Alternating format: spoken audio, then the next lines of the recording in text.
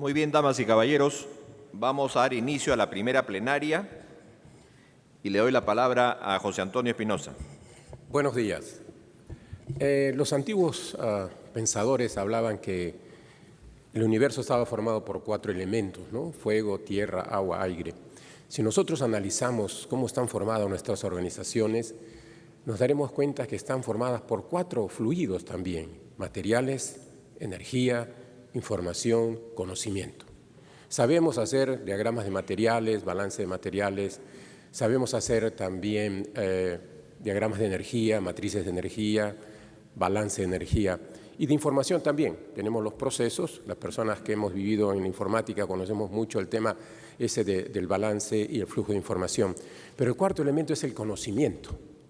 Y si nos ponemos a pensar, pocas organizaciones tienen sus flujos de conocimientos, en qué punto se origina el conocimiento, dónde se usa, dónde se almacena, dónde se descarta. Y la característica del conocimiento, a diferencia de los 3 primeros, es que todavía las máquinas no pueden hacer mucho al respecto. Nos ayudan, sí, pero está ligado a las personas el manejo del conocimiento. Más aún porque el conocimiento es la puerta para la sabiduría. Por eso es un honor para mí y para la escuela y para el Congreso presentar al doctor Santiago Iñiguez, que es Dean del Instituto de Empresa de la Business School de España, para hacernos su exposición sobre la gestión del conocimiento, cómo y para qué. Santiago, por favor.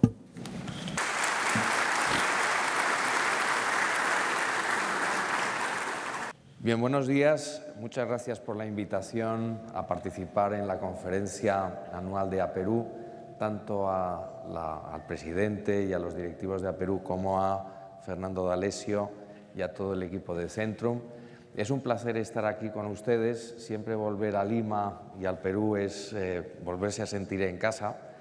Y en ese sentido quería aprovechar esta presentación para compartir lo que son algunos de los findings, ¿no? De los hallazgos de la investigación académica más importantes sobre la gestión del conocimiento, pero también para compartir algunos aspectos de la experiencia que tenemos desde nuestra Escuela de Negocios en lo que es la formación de directivos y en qué medida a través de ese medio se puede gestionar mejor el conocimiento organizacional en las empresas.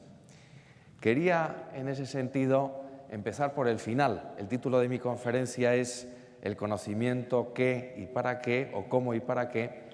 Yo quiero darle la vuelta a la presentación para resolver cualquier tipo de duda o de escepticismo que pueda haber al comienzo de mi presentación.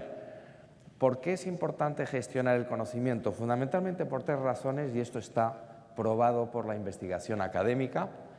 En primer lugar, para aumentar la productividad y la rentabilidad, y hay papers publicados recientemente que muestran que aquellas empresas que gestionan eficazmente el conocimiento, que cuentan con procesos, mecanismos para gestionar todas las rutinas que tienen que ver con la gestión de ese conocimiento, aumentan su productividad entre 5 y 6 puntos en comparación con aquellas otras empresas que no tienen esas rutinas organizativas para la gestión interna del conocimiento. En segundo lugar, promover la innovación. Las empresas, de nuevo, que gestionan eficazmente el conocimiento lanzan más productos o servicios, son pioneras, son referencia en sus sectores. Y en tercer lugar, porque la gestión del conocimiento permite identificar, desarrollar y retener el talento. Y conocerán algunos de los rankings que se utilizan para clasificar a las empresas en términos de la atractividad para el talento, esos rankings como The Best Companies to Work For, por ejemplo. Este tipo de indicadores o de rankings valoran especialmente cómo las empresas gestionan el conocimiento y la información dentro de sus organizaciones. De manera que razones empíricas en favor de la gestión del conocimiento existen y están probadas. Por lo tanto, la segunda pregunta de la conferencia yo creo que tiene una respuesta inmediata, clara, muy intuitiva y además probada por la investigación. Pero permítanme ahora que vuelva a lo que sería una introducción quizá con una historia, con algún tipo de ejemplo que nos permita centrar de qué estamos hablando cuando nos referimos a la gestión del conocimiento. Y esta introducción la hago especialmente en homenaje al presidente, al profesor D'Alessio, que, como saben ustedes, tiene también una experiencia importante como marino y como oficial dentro de la Marina. La Marina, de hecho, y en general lo que es la experiencia dentro de los barcos, ha proporcionado muchísimos ejemplos para el management. No es de extrañar que en entornos donde la vida es muy intensa, la interacción humana es muy directa, hay poco espacio, las misiones que tienen los capitanes de los navíos son misiones ambiciosas, con plazos de cumplimiento muy perentorios. En ese tipo de contextos se prueba realmente las condiciones del liderazgo, se prueba también todos los elementos característicos de lo que es la gestión de personas, la gestión del talento. Y yo quería hacer, por eso, por cierto, les recomiendo que lean biografías de personajes, de casos, de episodios que tengan que ver precisamente con la vida dentro de los navíos. Nosotros en IE Business School, por ejemplo, algo que estamos haciendo y que está produciendo muy buen resultado es el enseñar dentro de los programas de dirección no solo aspectos relacionados con el management, sino también historia o temas relacionados con las humanidades, porque las humanidades son fuente de aprendizaje. En este caso yo quería utilizar el ejemplo de Nelson. Todos conocen a Horatio Nelson, el vicealmirante que está considerado en el Reino Unido como el héroe más importante de toda la historia de Inglaterra, un personaje que tenía luces y sombras como líder. Estoy hablando de liderazgo porque, como se pueden imaginar, el liderazgo es algo consustancial a la gestión del conocimiento. Horatio Nelson, les decía, era un personaje como cualquier otro líder, con debilidades, pero también con muchas fortalezas. Una persona que, como aparece aquí en la estatua de la columna de la Plaza de Trafalgar, que muchos habrán visitado, además tenía, como saben ustedes, perdió la visión del ojo derecho y además la mano, parte del brazo derecho también, lo cual no le impidió seguir escribiendo con la mano izquierda. Él era un gran comunicador, tanto en su faceta verbal como por escrito. Tenía una actividad epistolar muy importante y ejercía una influencia decisiva a través de sus escritos. Pero también era una persona vanidosa, se colgaba las medallas que no le correspondían y, de hecho, buscaba muy rápidamente el reconocimiento. Era una persona inquieta, a veces cruel, era una persona fuera las ideas que mantenía sobre la sociedad, sobre en general lo que era la evolución de algunos países de entonces, era una visión bastante pasada de moda. De manera que un personaje con luces y sombras, pero también ambicioso, y una persona, y esta es la clave del liderazgo, que sabía alinear a otras personas hacia una misión concreta y empleaba muy bien todos sus atributos para conseguir ese alineamiento de las personas dentro de su nave, dentro de su flota, dentro de su organización. Saben que la batalla que quizá dio la fama y convirtió a Nelson en una leyenda fue la batalla de Trafalgar, en la cual se venció a la coalición integrada por la flota francesa y española, capitaneada por Villeneuve, en 1808. En esta batalla Nelson capitaneaba el Victory, desde el cual dio órdenes. Saben que entonces se utilizaba el lenguaje de las banderas, pero algunos de los mensajes, y de nuevo aquí hay un tema fundamental para el liderazgo y para la gestión del conocimiento, la comunicación es decisiva y la comunicación de los líderes dentro de la organización. Hay una frase en la batalla de Trafalgar que la habrán oído citar muchas veces, que es England expects that every man will do his duty. Inglaterra espera que todas las personas cumplan con su deber. Es una frase que se ha citado luego y se ha parafraseado múltiples veces. Inglaterra o Estados Unidos o cualquier organización espera que cada uno cumpla con su deber. Y es un mensaje que se envió por el lenguaje de las banderas y que sirvió para aunar muy bien a una flota que estaba posiblemente mejor preparada, que la franco-española en términos de habilidades, pero que en términos de recursos era muy inferior. 27 barcos de medio tonelaje frente a 33 que eran grandes navíos, de manera que en términos de recursos las cosas estaban mucho más a favor de la flota franco-española. Pero Nelson, como saben, ganó aquella batalla, perdió la vida también en esa misma batalla y utilizó una estrategia que era completamente fuera de lo convencional. Lo normal era disponer a las flotas en una línea como aparece al fondo de este dibujo, que era como estaba dispuesta la flota franco-española.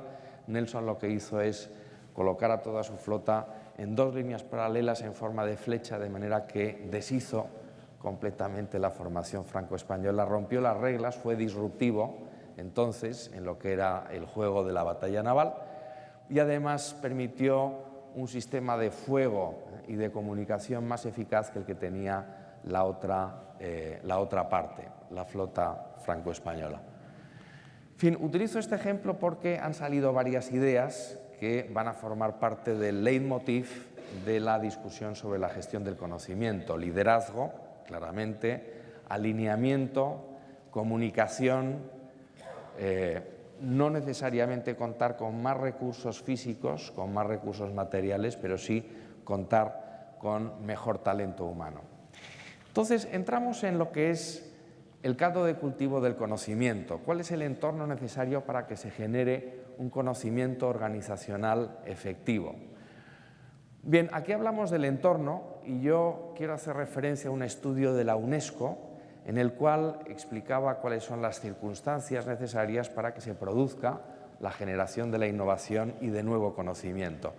¿En qué contexto tienen que vivir las empresas para que se opere esta generación de un nuevo conocimiento, nuevas ideas, nueva innovación?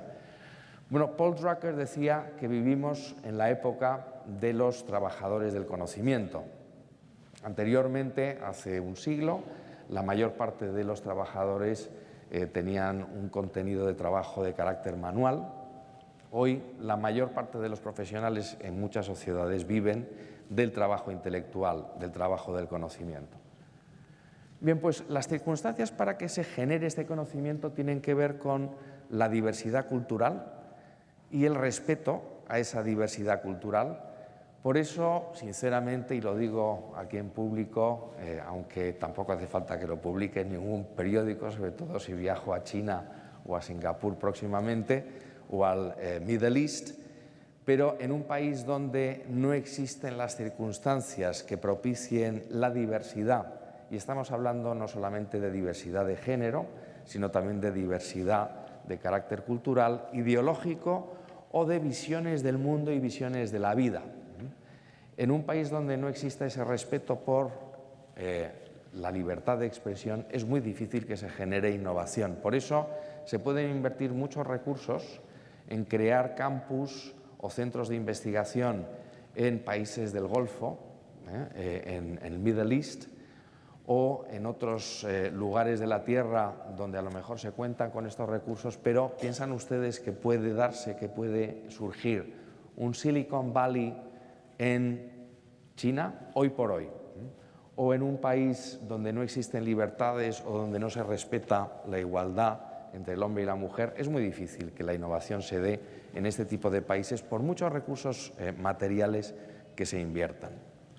También, lógicamente, el acceso igualitario a la educación y el acceso universal a la información que se está dando ya por todo el desarrollo de Internet. Una aclaración de todas maneras, cuando hablamos de la profusión de datos y de información, todos los retos que pone, como saben ustedes, el Big Data, esa acumulación de datos que nunca ha existido en estas proporciones y que ya los paquetes de software no son capaces de procesar. Por eso hace falta desarrollar sistemas de Big Data que permitan, de alguna manera, analizar y tomar decisiones sobre ese cúmulo casi infinito de datos. Pero la información no es conocimiento. El conocimiento implica la implementación de una serie de rutinas, de procesos para gestionar esa información y poder tomar decisiones que estén en línea con los intereses de una empresa o de una organización. Bueno, estas son las circunstancias de la innovación y de la gestión y de la generación de conocimiento. Sin estas circunstancias, yo insisto, es muy difícil que se dé genuina innovación, que se desarrolle un conocimiento verdaderamente innovador. ¿Hubiera nacido Bill Gates en China? ¿Se imaginan ustedes, conocen algún, o todo el mundo habla de Jack Ma, ¿no?, el fundador de... Pero, ¿cuántos Bill Gates o cuántos personajes con este perfil pueden surgir en una cultura donde no existen libertades? Realmente muchos menos. Bueno, después de hablar de lo que es el entorno de la generación del conocimiento, las circunstancias necesarias para que se genere este conocimiento, esta innovación, vamos a pasar a entender un poco más qué es el conocimiento organizacional. Y a mí me gustaría comentar una serie de falacias que pueden existir también acerca de esta idea, porque muchas veces mistificamos lo que es el conocimiento dentro de las organizaciones. Peter Senge, y voy a citar algunos personajes que han contribuido decisivamente a lo que es la gestión del conocimiento. Peter Senge, recuerdan, la quinta disciplina, es uno de los pioneros en el pensamiento acerca de la gestión del conocimiento y comentaba que muchas veces los grandes resultados se producen en áreas que intuitivamente o que a priori no parecerían las áreas en las cuales se podría innovar. Bien, voy a tomar una distinción clásica que posiblemente conozcan todos ustedes o hayan leído incluso en el artículo original de John Kotter. Él distinguía entre management y liderazgo como dos aspectos claves en lo que es la dirección de empresas. El management es la gestión, el management tiene que ver con el control, con la planificación, con el desarrollo de procesos, con el procesamiento de información. Todos estos aspectos son los que intentamos trasladar en las escuelas de negocios, formar, por así decirlo, buenos ingenieros en la gestión de empresas. Pero hay otra faceta muy importante que también intentamos enfatizar en la formación de directivos en las business schools, y es el liderazgo. El liderazgo tiene que ver con alinear a las personas hacia una misión concreta. Tiene que ver con la comunicación. Liderazgo y management son dos facetas distintas, complementarias, necesarias en la empresa, que no siempre se dan en la misma persona. Por eso el perfil de los CEOs cambia en función del momento que esté viviendo la empresa, un momento de crecimiento o un momento de ajuste. Pero son dos facetas fundamentales. Lo ideal, insisto, es que se den en la misma persona, un Nelson. Algo parecido sucede con la información y el conocimiento. La información es necesaria, hace falta contar con datos, hace falta contar con, en fin, todo lo que puede ser el relato de lo que sucede en el entorno de la empresa, de sus clientes, de sus productos, de sus competidores, pero la información no es suficiente para ganar la batalla competitiva.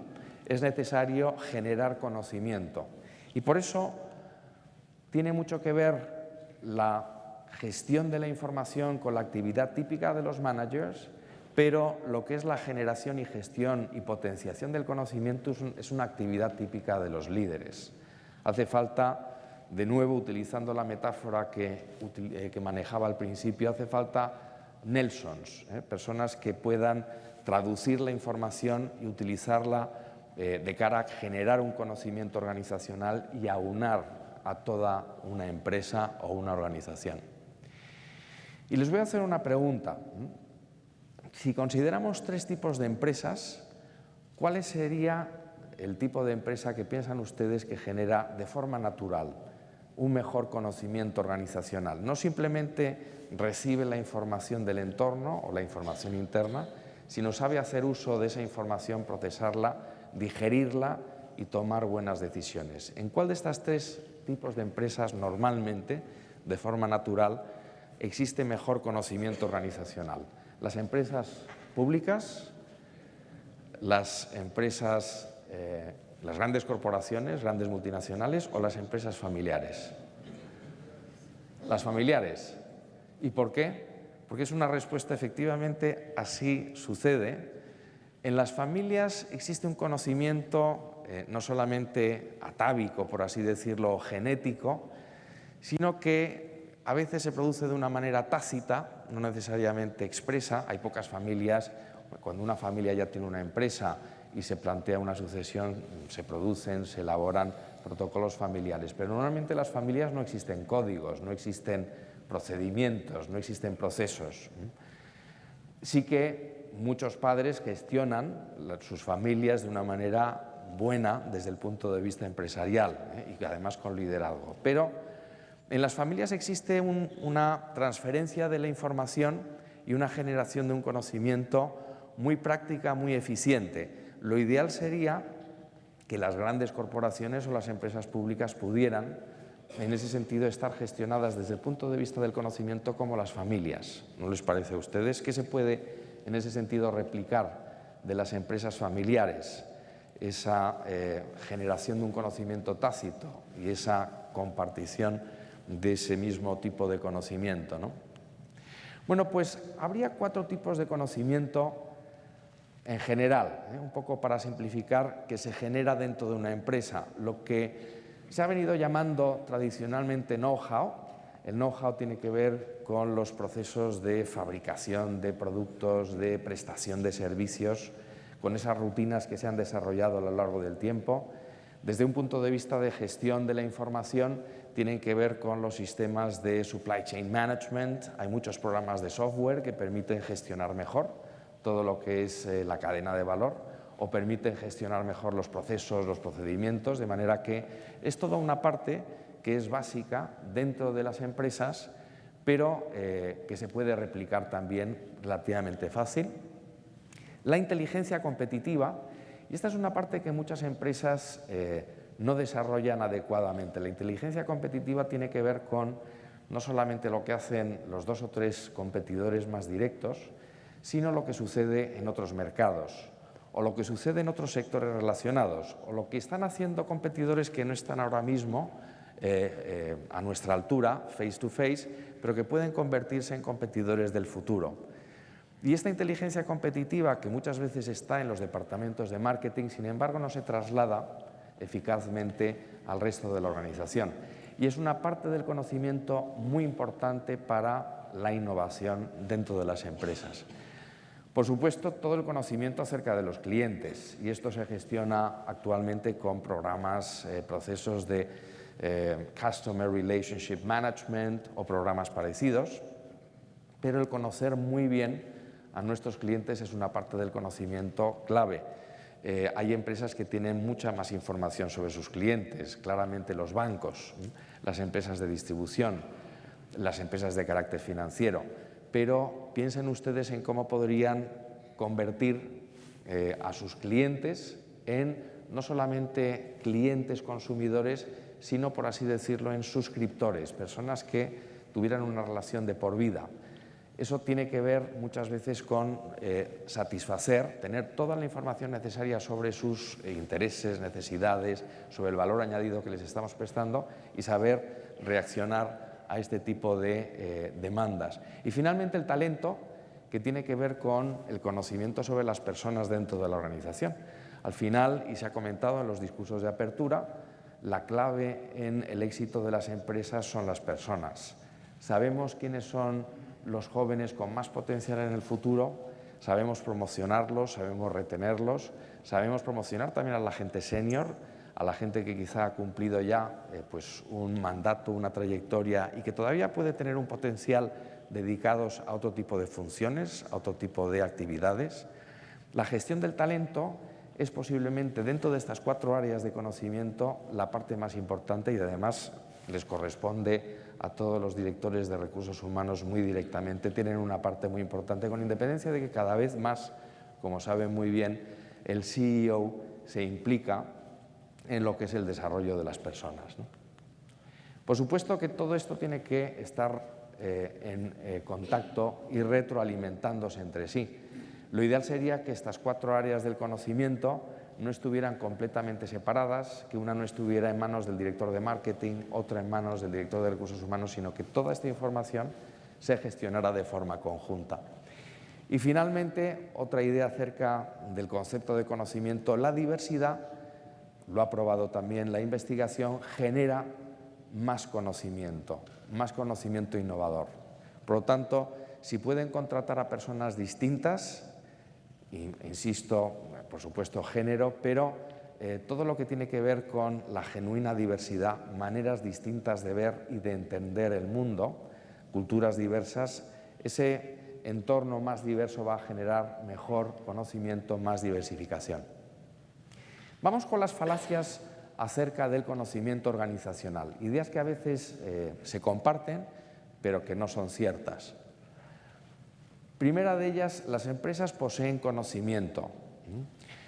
Por supuesto que con el tiempo hemos visto que muchas empresas acumulan información, acumulan códigos, que además las empresas son resilientes, ¿no? Es decir, con independencia del cambio de sus líderes y de las personas, tienen una inercia que les permite vivir todavía durante cierto tiempo y enfrentar situaciones de crisis. Pero seamos sinceros, realmente los que tienen conocimiento son las personas. Lo que pasa es que con el desarrollo de toda la filosofía de la Gestalt del siglo XIX, de la sociología, hemos mistificado a las organizaciones y pensamos que las organizaciones por sí mismas tienen conocimiento. Si se va un equipo entero de una empresa, de un departamento, se lleva el conocimiento por mucho que se haya codificado previamente. Por lo tanto, primera recomendación, cuidar a las personas. Segunda, la mejor manera de capitalizar el conocimiento es mantener el secreto. Yo creo que todos sabemos lo difícil que es mantener el secreto hoy en día. La información se comparte muy rápidamente. Hay algunas empresas que intentan cultivar el secreto. Apple, estamos a punto de conocer los 2 próximos productos, como saben, que se van a lanzar la próxima semana. Las famosas gafas con un tipo de aplicación visual y software y un nuevo modelo de iPhone, pero mantener el secreto, como Steve Jobs, por cierto, era en este sentido implacable. Si descubría que alguno de sus colaboradores más próximos había revelado una información, le despedía inmediatamente. Pero mantener el secreto en una organización es muy difícil. Y de hecho, en encuestas practicadas a empresarios, se muestra que el secreto es la táctica, la estrategia con peores resultados para mantener una innovación. Es mucho más eficaz apoyarse en el lead time, intentar jugar con la ventaja del time to market. Tercera falacia, una cosa es la comunicación interna y otra cosa es la comunicación externa. Tradicionalmente se ha distinguido entre la comunicación dirigida a los empleados o a los stakeholders internos y luego la comunicación externa que se dirige al resto del mundo, que tiene un carácter más marketingiano, más comercial. Lo cierto es que en el entorno en el cual vivimos, distinguir entre comunicación interna y externa cada vez es más difícil y más vale utilizar un solo mecanismo de comunicación, teniendo en cuenta que las tecnologías de información hoy por hoy permiten y facilitan que esa comunicación se produzca en tiempo real. Cuarta falacia, las mejores decisiones se apoyan en información completa. ¿Quién tiene información completa? Realmente nadie. A lo mejor a la hora de estudiar casos prácticos en algunas escuelas de negocios se facilita una información muy digerida, pero todos ustedes saben que en la vida real nunca se cuenta con información puntual, concreta, contrastada, y muchas veces las mejores decisiones son las que se basan en intuiciones, en los hunch, como dicen en inglés, o en la experiencia personal. Por supuesto que la información contribuye, como hemos visto al principio, a tomar decisiones más fundamentadas, mejores decisiones. Quinta falacia, la innovación y el nuevo conocimiento se genera en los departamentos de I+D. Sabemos que no es así siempre. Por ejemplo, la fuerza comercial genera mucha más innovación en el desarrollo de nuevas versiones de productos, de nuevas generaciones. Por lo tanto, la recomendación es que existan en las empresas canales que permitan detectar, identificar la innovación, no solo en I+D, sino en el resto de la organización para poderlo canalizar y trasladarlo directamente a los departamentos que luego tienen que implementarlo. Sexta, la óptima gestión del conocimiento requiere sistemas de IT sofisticados y costosos. Seguro que muchas de sus empresas han invertido en software de información, en CRM o en otro tipo de prácticas. A lo mejor han desarrollado programas específicos y se han dado cuenta muchas veces, ¿no?, de que este tipo de inversiones generan una cierta desazón o frustración, porque muchas veces se prometen cosas que luego no se cumplen. Yo un consejo, muchas veces las aplicaciones que ya están testadas, en los programas de software que existen ahí fuera y que no están adaptados necesariamente a una empresa, pueden ofrecer mejores soluciones que sistemas muy sofisticados y muy costosos desarrollados ad hoc para una empresa. En todo caso, de nuevo, acuérdense de la anécdota de Nelson, no se trata de invertir más dinero en software o en sistemas de IT costosos, se trata de la gestión. Busquen soluciones eficaces, razonables desde el punto de vista de la inversión, pero que puedan producir los resultados que están buscando. Y séptima falacia, la adecuada gestión del conocimiento requiere del nombramiento de un Chief Information Officer o del Chief Knowledge Officer, ¿no? Muchas veces cuando se nombra a alguien es porque no existía esa función ni esa actividad anteriormente en la empresa, pero es la manera de dejarlo completamente aislado del resto de la organización. Y la información y el conocimiento es algo que no pertenece a un área o a un departamento o a una persona, tiene que ser una actividad compartida por toda la organización. Muy bien, voy a ir muy rápidamente ya por esta tercera parte, la parte final, que tiene que ver con algunas sugerencias sobre cómo gestionar el conocimiento. Un conocimiento que antiguamente se originaba en las universidades, la Academia de Platón en la Atenas de hace muchos siglos, luego las universidades se convirtieron en las reservas del conocimiento, a veces unas reservas del conocimiento demasiado aisladas de la realidad, y hay monasterios que en el fondo eran los lugares donde se enseñaba entonces que son muy difíciles de acceder. Pero las universidades que comienzan en el siglo XII y XIII son las que empiezan a generar conocimiento que luego se transfiere de maneras distintas a la realidad del mundo empresarial. Y las business schools, que surgen en el siglo XX, a comienzos del siglo XX, son las que intentan trasladar el conocimiento al mundo específico de la gestión de la dirección de empresas. Pero vivimos en un momento en el cual ya la generación de ese conocimiento no se produce solamente en el entorno académico, se produce en muchas otras fuentes. Tampoco les recomiendo que intenten replicar en el entorno empresarial las mismas estructuras que existen en el sector académico. El auge de las universidades corporativas en las últimas 3 décadas ha tenido muchos aspectos positivos, pero también algunos aspectos un poco frustrantes, porque no se puede hablar con propiedad de una universidad corporativa haciendo las mismas cosas que lo que hace una universidad del entorno académico. Tienen otras funciones, tienen funciones más de desarrollo del talento más que de generación del conocimiento. Pues bien, en esta parte final de cómo gestionar el conocimiento organizacional, yo me quiero apoyar en algunas recomendaciones de autores de relieve que seguro que también han conocido o han manejado ustedes. En primer lugar, los 3 aspectos que se requieren para gestionar adecuadamente el conocimiento organizacional. Bien, hace falta un entorno muy supportive, que apoye efectivamente la generación y la difusión del conocimiento, y para eso es muy importante favorecer o permitir el error. Ya saben ustedes que el verdadero, genuino conocimiento se da muchas veces a través del ensayo y error, de manera que si condenamos y castigamos los fallos, estamos creando una cultura autoritaria dentro de la organización que nunca favorecerá la generación de conocimiento. El tener también prácticas y procesos concretos de identificación de ese conocimiento, y muchas veces los sistemas de IT pueden favorecer esa difusión del conocimiento, y por supuesto, como les decía antes, la implicación del líder, desde el CEO a por supuesto el resto de los heads de las unidades de la empresa. Hay 2 estrategias genéricas que proponen entre otros, Nitin Nouri, el decano de Harvard Business School, a la hora de gestionar el conocimiento. Y ellos aluden al caso de las empresas de consultoría, y les voy a poner el ejemplo porque lo van a entender mucho mejor en qué consiste codificar el conocimiento o personalizarlo.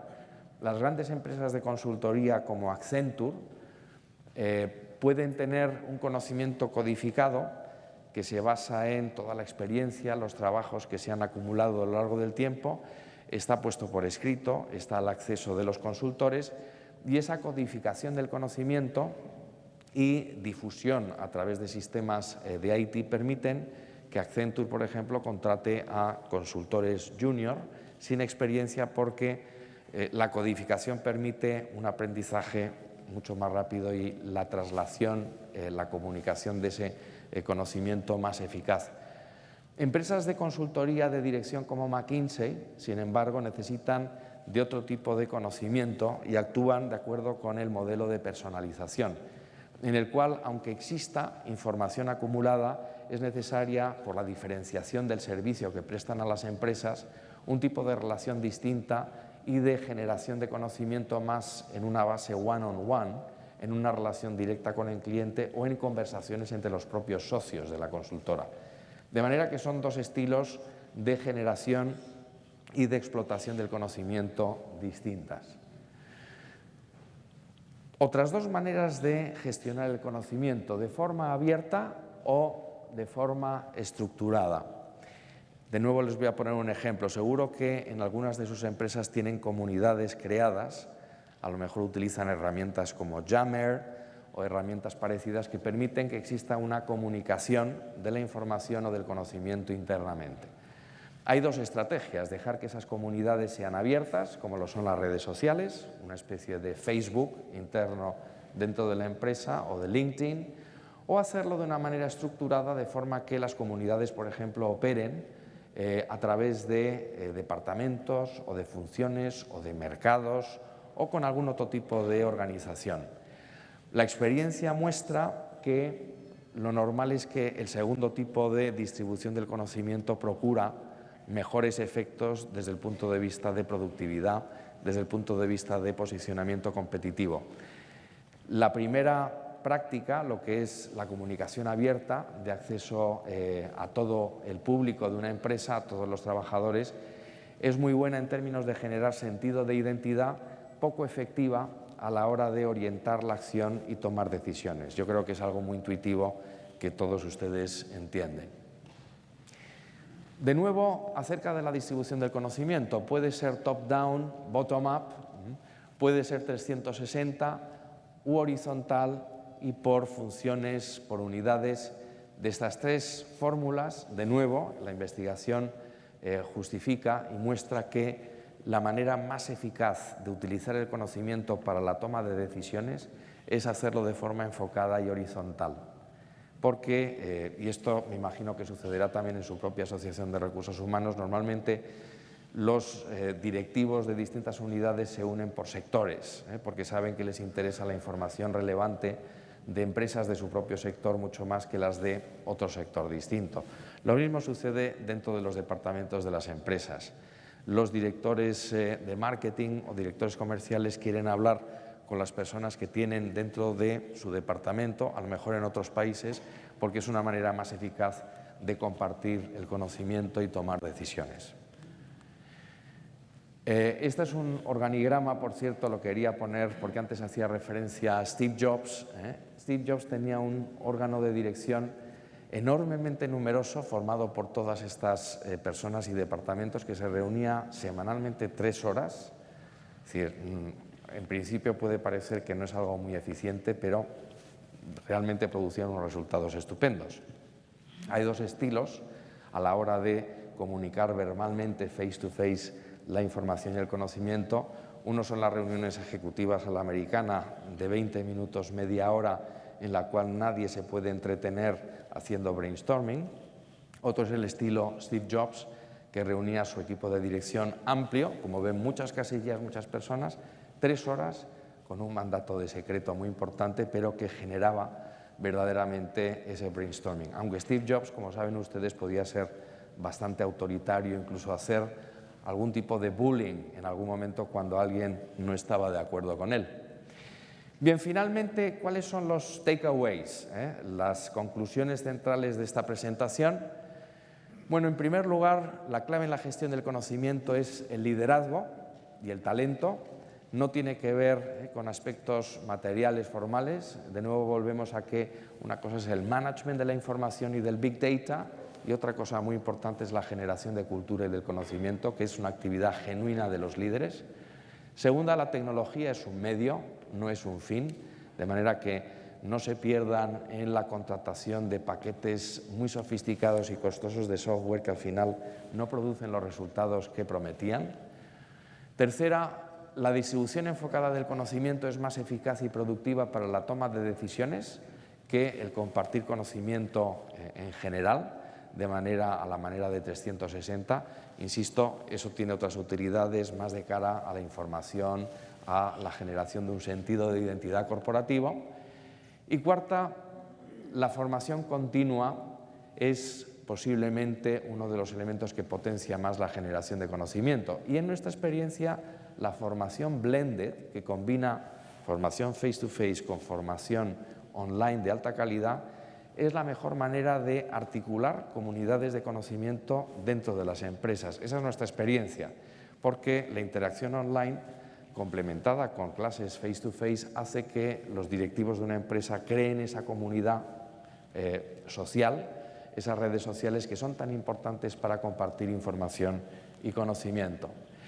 Bueno, finalmente, simplemente agradecerles su atención, invitarles también, si vienen a Madrid en algún momento, a que visiten nuestra escuela, que es una escuela de negocios que Financial Times definía como unusual, en términos de su gente y de su naturaleza. Tenemos una buen performance de acuerdo con los rankings. Este año disfrutamos del primer puesto en Europa, con una sede central en Madrid, un edificio en el corazón de la capital, pero también con una universidad que abrimos hace 7 años en Segovia, en el norte de Madrid, y con una actividad de carácter blended. Precisamente desarrollamos programas que combinan la formación face-to-face con la formación online. Y nada más. Muchas gracias por su atención.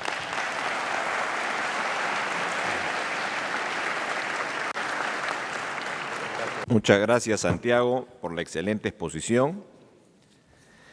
Tenemos ahora 3 panelistas que van a ampliar y opinar sobre el tema que se ha tratado. Quisiera hacer una muy breve presentación de ellos y en este orden les iré dando la palabra.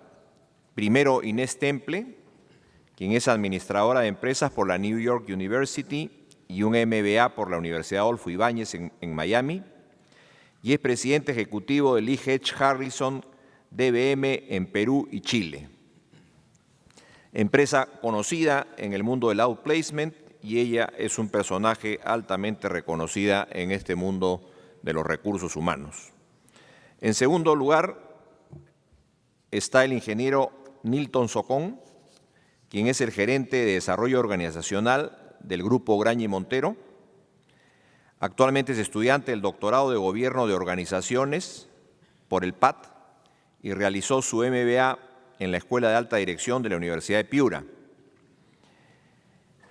En tercer lugar, tenemos al señor Guillermo Dufo, quien es el director de negocio de Psicotec Perú, empresa encargada de la consultoría integral de recursos humanos con matriz en Madrid, España, y es docente de la Escuela de Posgrado de la UPC y de la Universidad Privada del Norte, siendo psicólogo por la Universidad Privada San Martín de Porres y máster en Dirección Estratégica del Factor Humano por la EOI de España. Le doy la palabra a Inés Temple.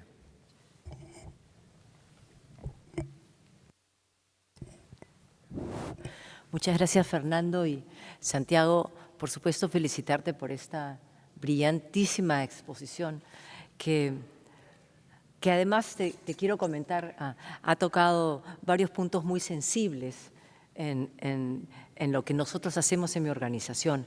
Nosotros como empresa consultora trabajamos buscando elevar el nivel de empleabilidad de las personas que ayudamos a recolocarse y en general al mercado. Buscamos ayudar a estas personas a cambiar paradigmas de cómo es que funcionan. Y nosotros en los últimos, te diría, de 4 o 5 años, hemos hecho un cambio completo, un cambio enorme en la manera como gestionamos el conocimiento. Y muchas de las cosas que hablabas de las falacias, hemos encontrado que nosotros manejábamos antiguamente muchas de estas falacias y hoy en día, gracias a Dios, las hemos podido superar. Y probablemente una de las más importantes es que antes nosotros atesorábamos el conocimiento. Era obviamente nuestro principal activo comercialmente en el mercado y por lo tanto nos preocupábamos mucho de cuidarlo y guardarlo. Hoy tenemos una visión completamente diferente y hoy día dentro de parte de nuestra estrategia fundamental es la del marketing de contenidos. Nosotros hoy en día publicamos en distintos medios entre 10 a 12 artículos mensualmente y publicamos videos tanto en medios locales como El Comercio, Gestión, Semana Económica. Por lo tanto, estamos permanentemente llevando al mercado todo el conocimiento que tenemos nosotros. Es decir, nada es nuestro hoy en día, todo lo llevamos y lo compartimos. Y eso nos lleva a nosotros a haber cambiado por completo inclusive el perfil de la gente con la que trabajamos. Porque hoy en día tenemos más de 30 consultores que dictan además entre 30 y 40 talleres mensuales en nuestras oficinas a los más de 700 ejecutivos con los que trabajamos año a año. Y eso nos lleva a tener que haber definido toda una gestión del conocimiento totalmente distinta a la anterior. O sea, antes el conocimiento lo percibíamos que venía de alguna manera de nuestra casa matriz en Nueva York, hoy que fuimos adquiridos por nuestro competidor. Hoy en día el conocimiento claramente está sentado en la cabeza de cada uno de nuestros consultores, que no solamente aplican el conocimiento de la organización, sino que vienen cada uno de ellos, por sus experiencias previas profesionales, a traer mucho de esto y compartirlo con la gente que nos toca entrenar y, como comentaba, cambiar de paradigmas. Entonces, claro, para nosotros el gran reto sigue siendo, obviamente, primero, contratar consultores que tienen el perfil que les permite querer seguir aprendiendo, querer tener esta curiosidad, este hambre por saber, por compartir, por saber encontrar la información. Y eso ha hecho que nosotros hoy nos definimos por completo como una empresa totalmente distinta a la que éramos probablemente hace 5 años, lo cual además nos ha servido para triplicar nuestra facturación en estos 5 años.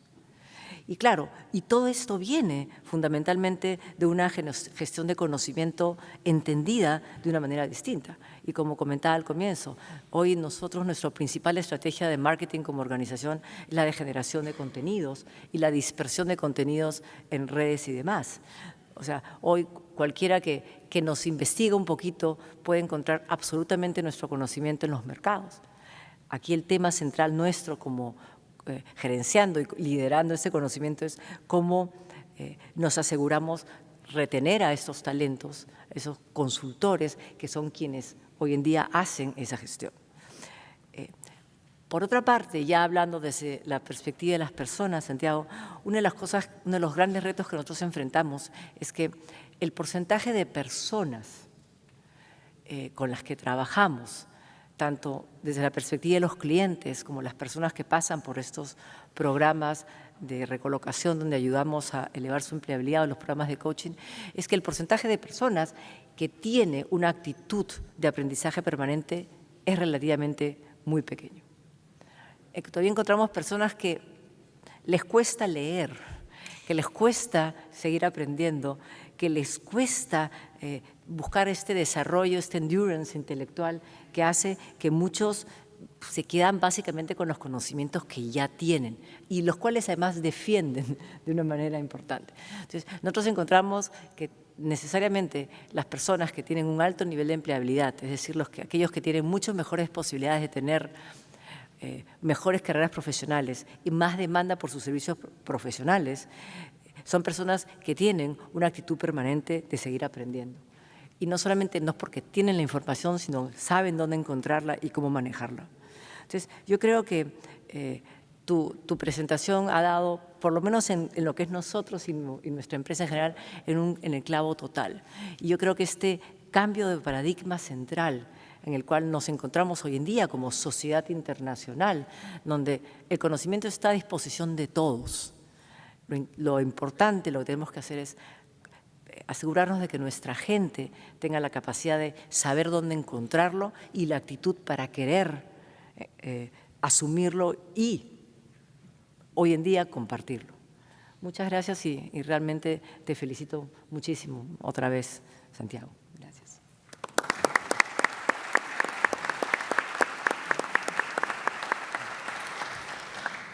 Muchas gracias. Muchas gracias, Nilton Socón. Muy buenos días con todos. Bueno, quiero agradecer a Fernando por la invitación, felicitar a Santiago por esta excelente exposición. Comparto completamente con todo lo expuesto y con todas las ideas que se han transmitido.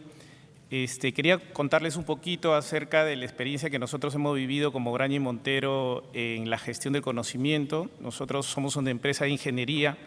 Nuestra gran actividad son los proyectos de construcción, de ingeniería, exploraciones petroleras y diversas funcionalidades en el área de servicios también. Entonces, hace 10 años nos planteamos y dijimos, oye, tenemos que sacarle provecho al conocimiento que se está generando en cada una de las áreas de la compañía. Cada vez vamos creciendo. Hace 10 años éramos 600 personas aproximadamente, ahora somos más de 30.000 personas. Entonces, teníamos un gran reto de cómo cada obra, cada proyecto, poder trasladar ese conocimiento y ese aprendizaje hacia las demás personas y a las nuevas generaciones que se venían. Entonces, hicimos mucha prueba y error, nos equivocamos muchas veces, hemos cometido muchas de las falacias que mencionaba Santiago, pero luego hemos ido aprendiendo en el camino y hemos logrado, por lo menos, construir un pequeño modelo inicial que permita realmente hacer lo que dice Santiago, que es la gestión del conocimiento. Es una gestión, ¿no? Entonces, ¿cómo podemos gestionar algo? A través de una metodología. La metodología que nosotros seguimos ahora, que digamos es parte de la experiencia que hemos venido desarrollando, tiene básicamente tres pasos fundamentales, ¿no? El primer paso fundamental es poder construir un modelo, poder construir el qué tenemos que gestionar, porque el conocimiento es muy amplio. Entonces, tenemos que determinar primero, oye, qué realmente tiene valor para la empresa, ¿no? Entonces, en este determinar el qué, o en este construir el modelo, hemos visto que siempre hay que pensar en una dualidad, en dos partes. ¿Qué es importante para la empresa y qué es importante para las personas? A partir de eso, de decir, oye, ¿cuál es la estrategia de la compañía este año? Vamos a entrar a gas y petróleo. Por lo tanto, el conocimiento de gas, tuberías, exploraciones se vuelve muy importante. Y ahora, ¿qué necesitan las personas saber para que puedan implementar esta estrategia? ¿Qué necesitan las personas desarrollar? ¿Qué competencias tenemos que ir trabajando con ellas para que puedan asimilar este conocimiento y podamos lograr los objetivos, tanto de las personas como de las empresas? El segundo paso es, como mencionaba Santiago también, tener un proceso. Tenemos que tener un proceso que nuevamente piense en las dos partes, en la empresa y en las personas. El proceso que nosotros seguimos es, el primero, capacitar y aprender, ¿no? Ese proceso está fundamentalmente dirigido a las personas. Si nosotros, como recursos humanos o como gestión humana, enviamos a una persona a capacitarse, lo enviamos a este congreso, esa persona se está llenando de conocimiento, pero no significa que eso se traslade a la empresa. Por lo tanto, seguimos un segundo paso, que es estructurar. Pedimos a las personas que cada vez que se capaciten, que escriban, que traigan el material de la capacitación y les obligamos o los incentivamos a que den una charla interna a todos sus pares para asegurarnos que apliquen lo que ellos han aprendido. Luego de haberlo estructurado y haber capturado algo de esa información que se compartió, lo ponemos a disposición de todos. A través de una herramienta, a través de un portal, se difunde y se dice, toda esta información está al servicio de todos, el que quiera profundizar puede accederla.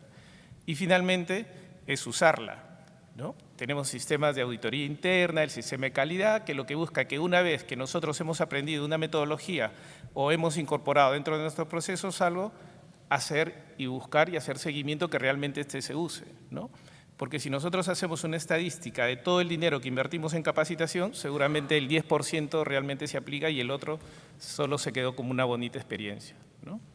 Finalmente, el tercer nivel con el cual nosotros trabajamos son el tema de las personas. que es el elemento fundamental que mencionaba Santiago, que es donde reside el conocimiento. Si nosotros no trabajamos con las personas, nada de lo que invertamos, nada de lo que construyamos, nada de lo que podamos decir o definir se va a llevar a cabo.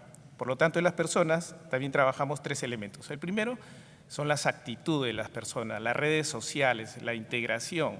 O sea, nadie va a transmitir su experiencia a otra persona que no tiene, digamos, que no tiene ningún contacto, que no lo saluda, que tenemos jefes en los proyectos, como todo buen ingeniero se cree, pues está Dios y de ahí vienen los ingenieros, ¿no?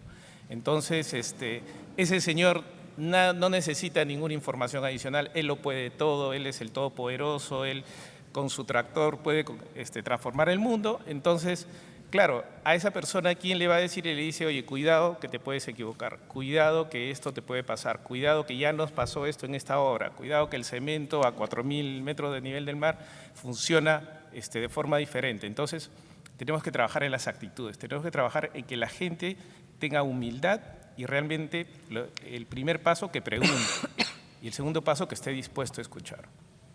Trabajamos en temas de cómo afrontar el conocimiento como un elefante dentro de la organización. Entonces, como dice el dicho, ¿cómo se come un elefante?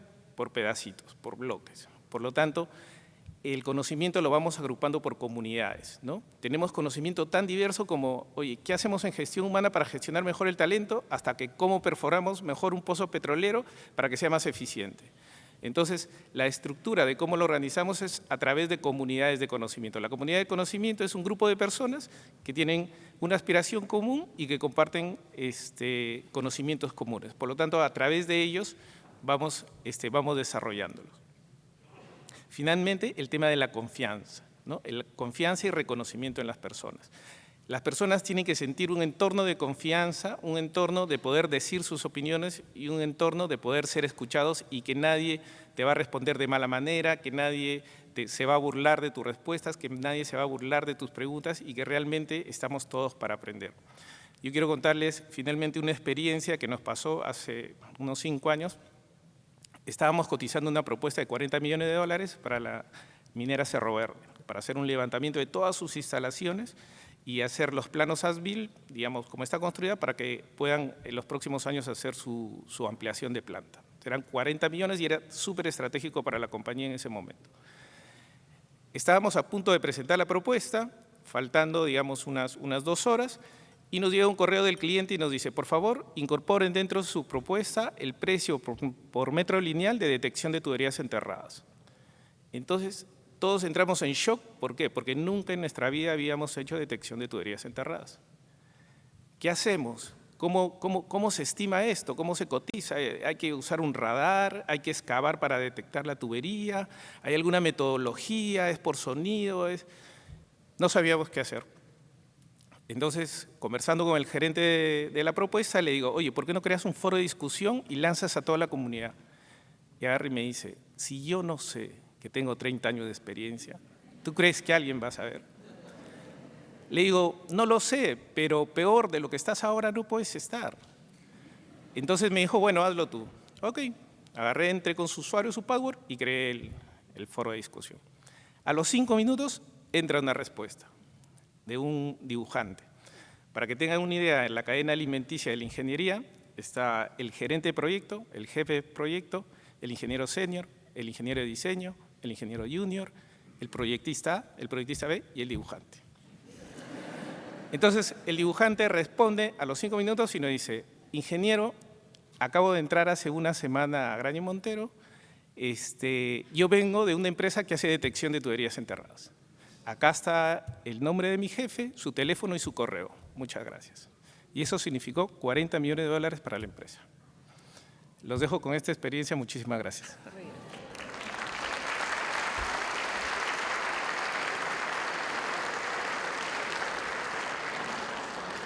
Bien, Guillermo Dufó. Bien, muy buenos días.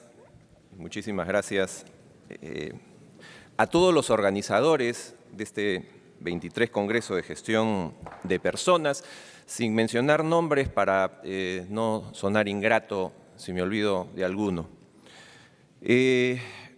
Felicitar la exposición de Santiago Iñiguez, en realidad sorprende que un tema tan complejo y profundo para las organizaciones pueda ser presentado con esa capacidad de síntesis y de plasmar, sobre todo con ejemplos tan claros, esta interrelación que existe entre el conocimiento, las personas y la organización. Yo quiero señalar algunos puntos que, digamos, más son preocupaciones de la propia experiencia en la relación con las organizaciones. Yo he pasado 25 años de mi vida en el sector financiero.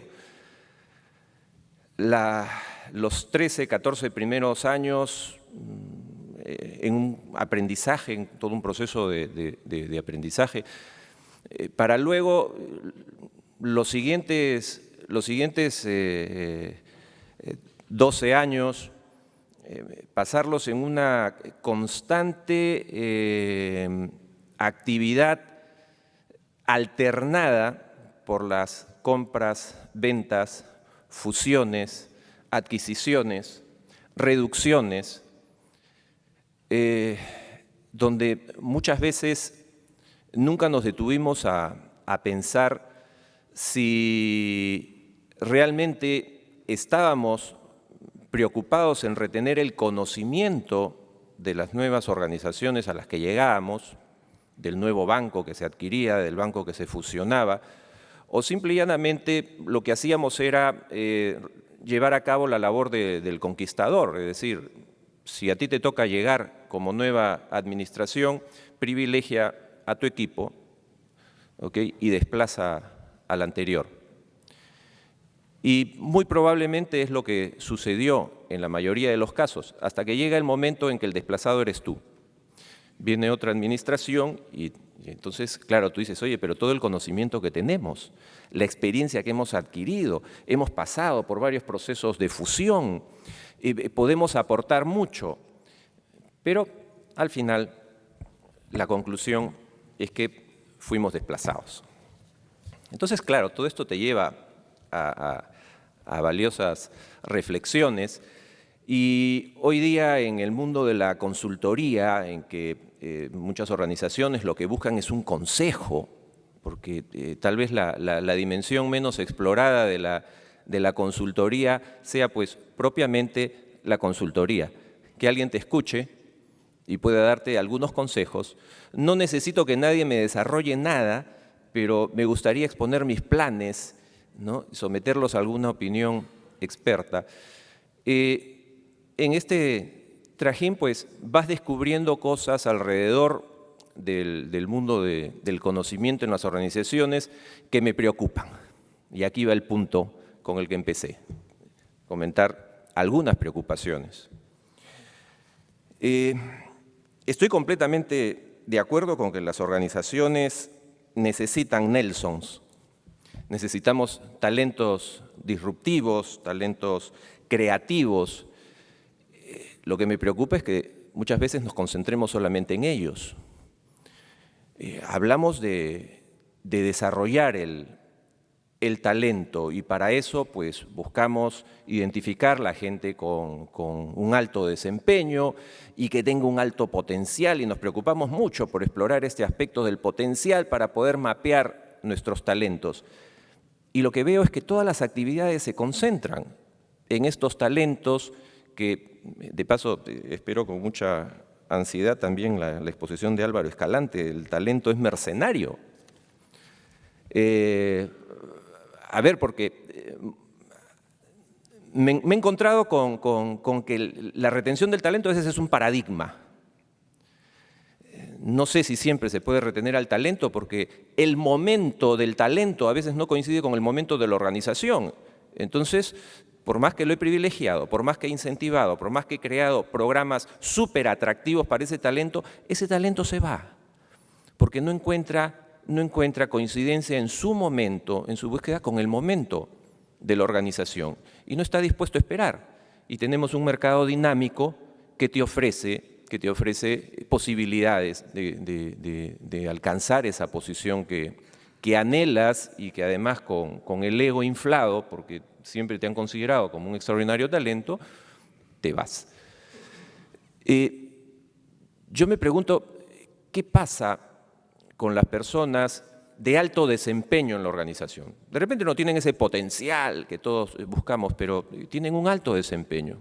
Y son los que sostienen la organización, porque no dudo que los talentos, los Nelsons, impulsan y hacen crecer las organizaciones. Eso es indudable. Pero ¿qué pasa con esa base que soporta la organización y que muchas veces la olvidamos? Y que puede ser un dibujante. Puede ser un dibujante, con conocimiento suficiente para generar 40 millones de utilidad a la organización. Entonces, creo que tenemos también que tener un foco de atención hacia esas personas que son fuentes de conocimiento, que son generadoras de conocimiento y que son la base que soporta la organización, y no hacerlos sentir como que son solo uno más. O sea, son el ladrillo, tú eres el obrero, tú eres el peón. Bueno, esa es una preocupación. Mi otra preocupación está en relación directa a una de las circunstancias del conocimiento que mencionaba Santiago, la libertad de expresión. Y decíamos, sí, en efecto, imaginarnos a un Steve Jobs o a un Bill Gates nacido en China probablemente no hubiese llegado a lo que es hoy día. Pero si bien ese es el macrocosmos, vamos al microcosmos de nuestras organizaciones. ¿Cuántos gerentes generales hay en este auditorio? ¿Podrían levantar la mano? Lo felicito. Lo felicito porque justamente lo que necesitamos, las áreas de recursos humanos en las organizaciones, es la comprensión de los líderes máximos de la organización. Es decir, necesitamos líderes que generen pues, la libertad de expresión y que no sean unos dictadores, que no sean los 30 años, ¿no?, que señalaba Nilton de experiencia. Si alguien con 30 años, yo con 30 años de experiencia, no lo sé, ¿quién más lo va a saber en esta organización? Y muchas veces lo que tenemos es como principal obstáculo para todo nuestro impulso, toda nuestra gestión y nuestra mejor intención por generar, no el conocimiento, sino por generar justamente estructuras que ayuden a canalizar el conocimiento. La mayor dificultad la encontramos arriba. Entonces, el primer y gran desafío es poder convencer a los altos niveles de la organización. Un CEO comprometido, evidentemente. Sin eso es como tratar de empujar la roca a través de la colina, pero empezando desde abajo. Probablemente lleguemos, no sabemos cuándo. De repente llegamos. Pero si la roca se impulsa más bien desde la cima, con seguridad va a recorrer toda la colina. Entonces necesitamos generar ese compromiso y que realmente vivamos una libertad de expresión en las organizaciones para que el conocimiento fluya. Cuidado entonces también, mi última preocupación por expresar, con las élites de conocimiento en las organizaciones. Tienen que haber canales realmente que permitan recoger y a su vez transmitir, enviar el conocimiento a todo lo largo y ancho de la organización.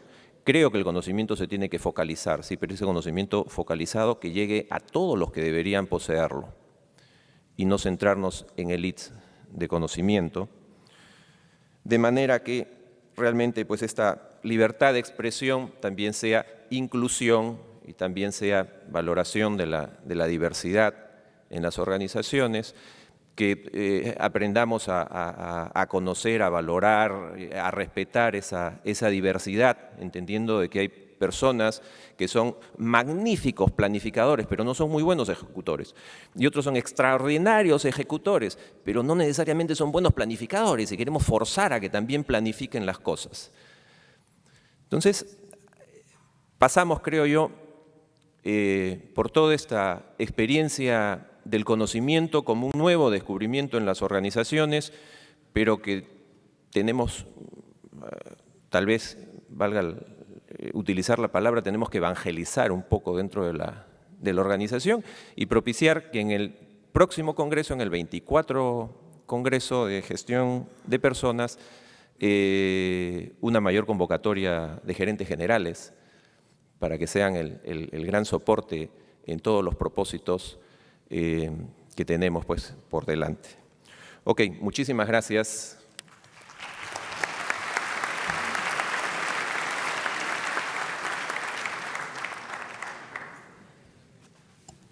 Pasamos a un breve periodo de preguntas y quisiera plantear la pregunta y tanto a nuestro expositor como panelistas cualquiera pudiera intervenir para contestarlas. La primera pregunta dice, ¿cómo mejorar la gestión del conocimiento en entornos donde los sistemas de propiedad intelectual son débiles o no funcionan? Sí. De nuevo, igual que el secreto no es la mejor manera de proteger una innovación a la hora de lanzar un producto, tampoco la protección legal es una manera eficaz, decisiva, para proteger una innovación. Lo mejor a la hora de proteger la cuota de mercado, el carácter pionero de un producto, de un servicio, es el time to market. De manera que yo tampoco confiaría mucho en la protección que pueden proporcionar las patentes o en general todos los derechos de propiedad intelectual a la hora de proteger una idea, una innovación, un nuevo producto, un nuevo servicio. Vivimos en un momento en el cual, además, con las redes sociales, con la explosión de Internet, las ideas se trasladan en tiempo real mucho más rápidamente, de forma que los competidores del futuro no solamente están en Lima, en Perú, van a estar en cualquier otro mercado del mundo. Por lo tanto, yo creo que la mejor manera de protegerla es siendo muy rápidos a la hora de colocar un producto, un servicio, relacionarse con el cliente, ganar cuota de mercado. Y solamente agregaría seguir innovando, porque es la única manera de que los que se copian todo están siempre 1 o 2 pasos detrás de los demás, ¿no? Y de esos hay muchos acá.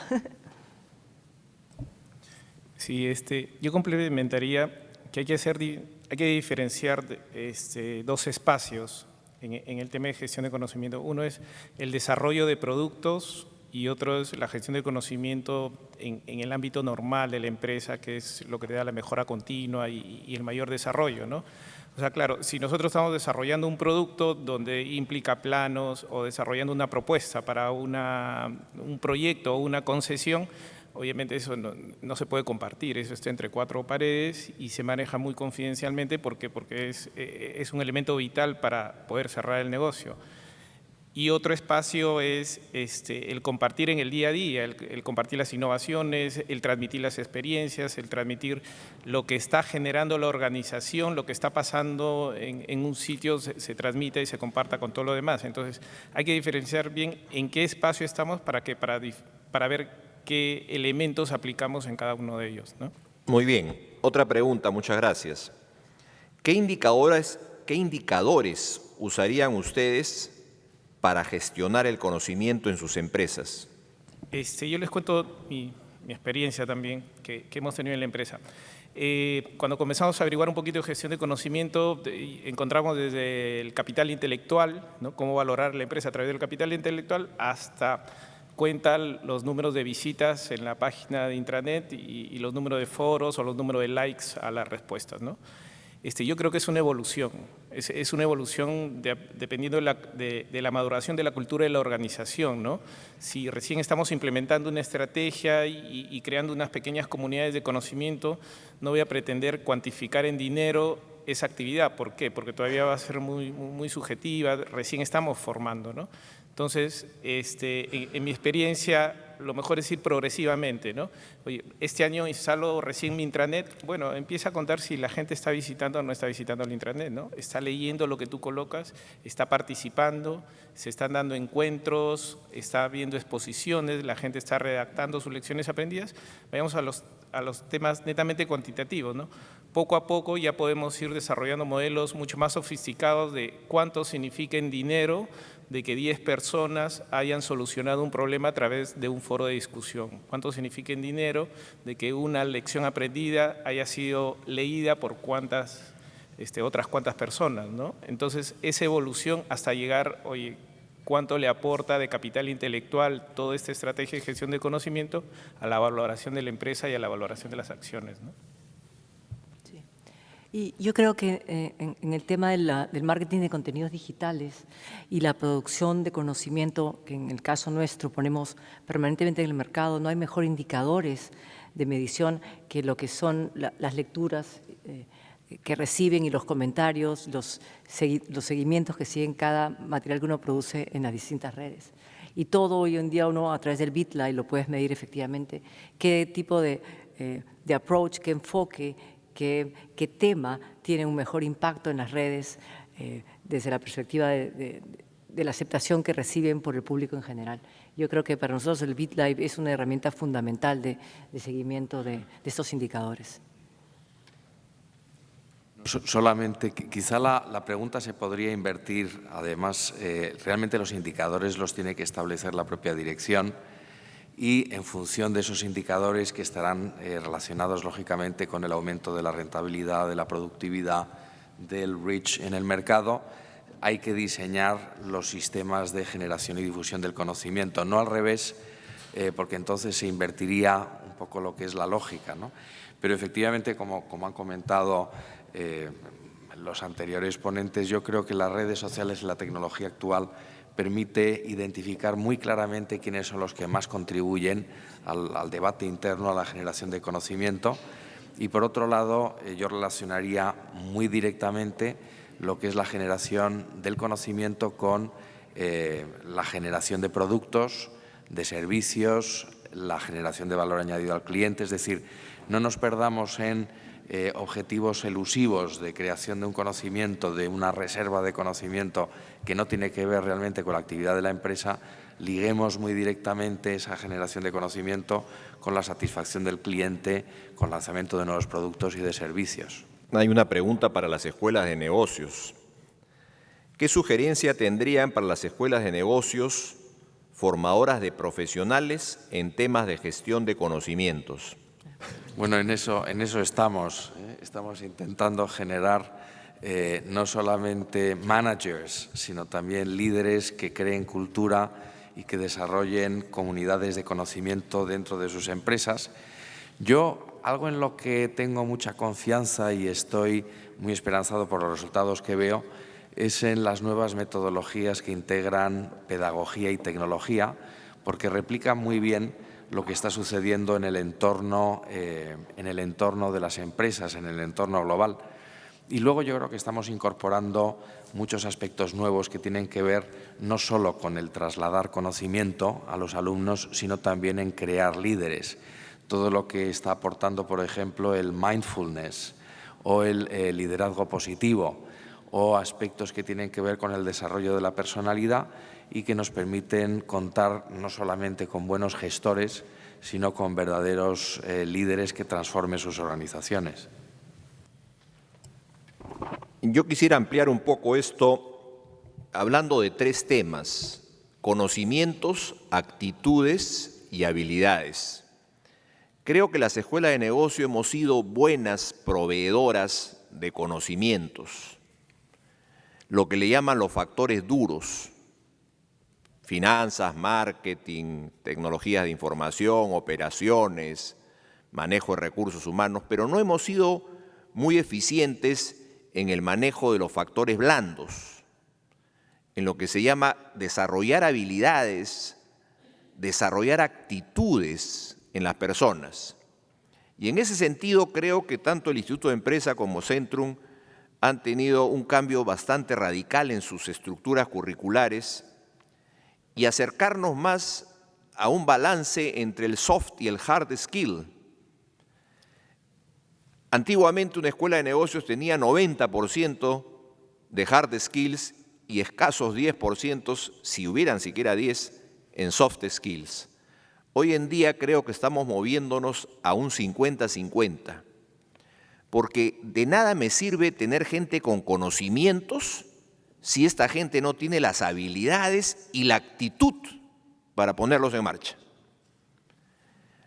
En el mundo empresarial hay gente con muchísimos conocimientos, pero abundantes conocimientos, gente que ha estudiado en extraordinarias universidades, en excelentes escuelas de negocios, pero que no lleva estos conocimientos a la práctica y no incide en lo que mencionó Santiago, en la palabra mágica, que es la palabra más importante en cualquier organización, que se llama productividad.